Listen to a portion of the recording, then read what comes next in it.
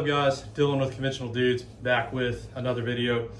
So this week's video is going to be a little bit different than what we've been doing. I mean, it's still kind of a gear breakdown and overview, but it's just not going to be like over direct gun related and shooting related stuff.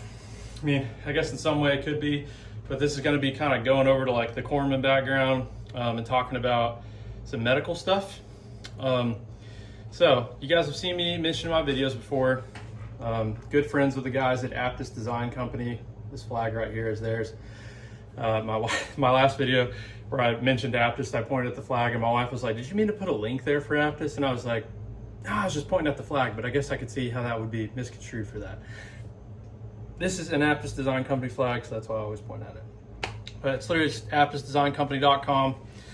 What I'm gonna do today, I'm gonna break down their like 3 major med kit sizes and kind of show you guys what is in them and what options can go with them, and show you what you can do with them. Some pretty cool concepts. So this is going to be the first one. This is kind of the Big Mac Daddy. This is going to be the AFAK. So this is the Aptus Design Company version of, this is their like take on an IFAK, an individual first aid kit. So like this is what I run when I'm at the range. This is what I have on my gun belt. They give you the option. You can like molly it onto a belt. It's got the tabs for that. You can run a belt straight through it, through the loops. I have it set up right now with these clips and this strap, which is an option that you can get on their website. And this is to make it a fanny pack. And I usually run this as a fanny pack. And my philosophy behind running it as a fanny pack, instead of just having it on my gun belt, is that if someone else needs something out of it, I can just unbuckle it, hand it to them. If I need to use it on someone that's not me, you know, it's technically not what you're supposed to do, you know, things happen. I usually have it sitting in my mid back. I can just take it and rotate it around the front. On the same note, if I have to get into a vehicle or, you know, sit down against something with a back, I can just rotate it to the front and get it out of the way. And then the back of my gun belt is completely open. So you can see, got these elastic sleeves on the bottom and the top. So in this one, obviously I just have a Cat Gen 7 tourniquet. Up top, this is an add-on from Aptus. This is called their Annex, and it slides in the sleeve and it holds a pair of shears as well as a Sharpie. Always good to have a Sharpie in your med kit so you can mark tourniquets or you can write on someone what their injuries are, things of that nature. You can see they're tucked in clean right now, but this has very nice pull tabs, very good handle. It's got them on both sides. So you just give it a good tug. And you can see here's your sleeve. So then this is your insert that is in here. This is your actual med kit. Lots of Velcro on this guy. Even has some Velcro on the back right here, so when it's in the sleeve, it stays stationary and it helps prevent it from sliding out. All right, so you first open this up. You'll see you have a clear sleeve here with the casualty card. That is awesome. It is so sick that this thing comes with a casualty card folded up in a nice sleeve where you can see everything on it. I love that feature. Okay, then you open up your med insert here. And the cool thing is, again, guys, what I'm saying is there's so much Velcro in here that like this medical insert is fixed in here. So when you open it, all your stuff doesn't just go flying, and it's got elastic holding everything. And you can still, if you needed to, you can still take out this med insert. You can take out all of it. And so then you are just left with this kind of QB sleeve. Cool thing about this, if you wanted to and you only had one casualty, you could take this and you could put it on their wrist through the loop. You could put it on their foot. You can use the Velcro on here and you could QB sleeve it on their arm. Basically, you could just attach this to them and it would have the casualty card protected if you so chose to do that. It's an option. I think it's just cool. You can tell there's a lot of thought into this. So then we'll come over here. Here's our med insert. You can see right here we have some nitrile gloves. We have 2 packages of just regular North American Rescue compressed gauze in there. We have a, if I can get it out of there, There we go. I don't want to take it all out and like spill it out everywhere. This is just going to be a pack of quick clot combat gauze. So a hemostatic gauze for wound packing. And then back here, got a hyphen dual pack of chest seals. So there's 2 hyphen chest seals in this. Now, this is one of those things, TCCC may move away from chest seals in the not so distant future. And you know, when that happens, I'll, you know, probably change my setup a little bit, but for right now I still have them. But I won't go too far into like the medicine side of it on that, but it's basically just sometimes sealing the box, you know, because chest seals, essentially you're looking neck to navel. That's where you're putting chest seals, just trying to, you know, keep the air in. But sometimes when you seal the box, you create other problems, like you know, it's a thing. You know, you can look into that more. We can make another video talking about that. We'll have Nathan on and get him to explain it. But essentially, it's just, you know, chest seals may not be the best solution anymore, and they've, you know, kind of started figuring that out. But they haven't changed it yet. So, lastly, in this AFAK, something that I thought was a cool addition, that I've had a bunch of AFAKs and not a lot of them have had this. They give you a good, like, hard piece of Kydex for a tape board. So you have a good way to keep your med tape. That is cool. Like I said, I'm sure there are maybe other ones that come with a tape board, but I have not, out of the several that I've owned, none of them have come with a tape board. So I think that's very sick. Again, so this is the insert for the Aptus Designs AFAK. So you have the med insert, kind of the protective sleeve for the med insert with your casualty card, and then you have the main sleeve.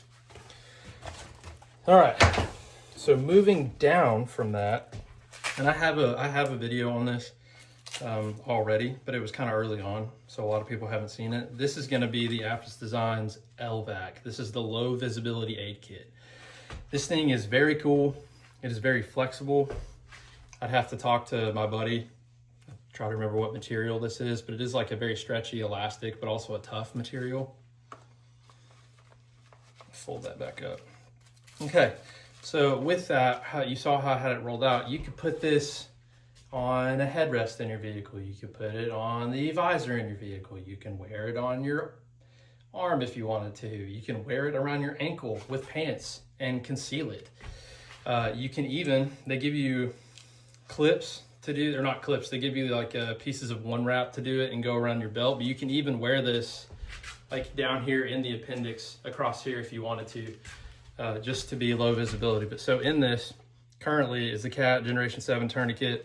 Again, 2 hyphen chest seals right here. 1 pack of compressed gauze to pack wounds with. And then 1 pack of combat gauze. And the other thing is too, is they folded up these packages and they put these little hook-sided pieces on there, and hook-sided Velcro will stick to this material, so it keeps your stuff secure in there. It's not in here right now, but typically also in this pouch right here, it comes with a North American Rescue hook, like a seatbelt cutter type thing, a glass breaker. But so again, low visibility aid kit, and you can literally use this thing in so many ways.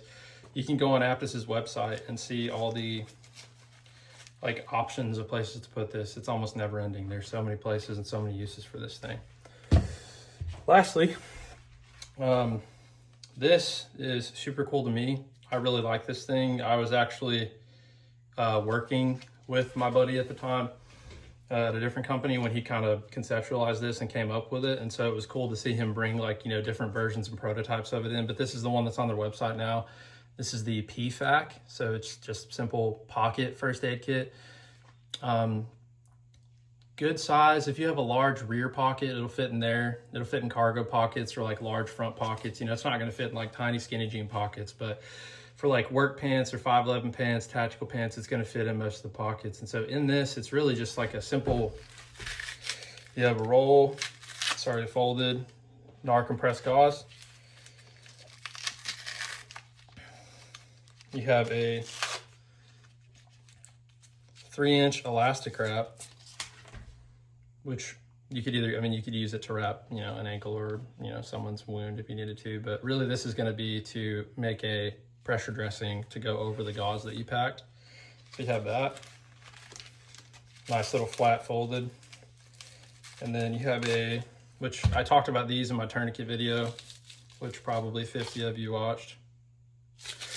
But it's going to be this snake staff ETQ. This is a good low vis, easy to use tourniquet. I like it because it is like a kind of more EDC oriented tourniquet versus like a large, you know, cat, like law enforcement military style tourniquet, but it still works on that same premise. It's an inner band, pull it around, get it tight, and then you twist the windlass. It's not, you know, kind of a weird thing like a rat's tourniquet where it's like you pull it out and you're like, what do I even do with this? Or is this gonna work? Like, these are good tourniquets. They do work. This is the wide band one, which is good. Wide tourniquets typically always have better outcomes than the tiny skinny ones. So it's nice that they include the wide. So again, that is the PFAK, the Pocket First Aid Kit. And guys, if you go on their website, they have different options for like what chest seals you want on the AFAK. If you want like a soft T wide instead of a cat, they can do that. You can also buy these things stocked or not stocked. So if you already have the medical supplies to stock one, you can just, you know, get the material and save some money. This is, you know, something I do want to start talking about more because of my background. I really like this stuff. It's just that, you know, the guns have been kind of an easier subject to talk about for now. So maybe I'll pawn some of this stuff off on Nathan since he's, you know, a learned doctor. But I have nothing else as far as the actual content for this video, guys. If you have any questions about this stuff, or if you have any products that you like to use that I can look into and maybe review, put them in the comments. I appreciate all the support. We're still early on in this channel thing. It's only been a year, which seems like a long time, but I think we've only put out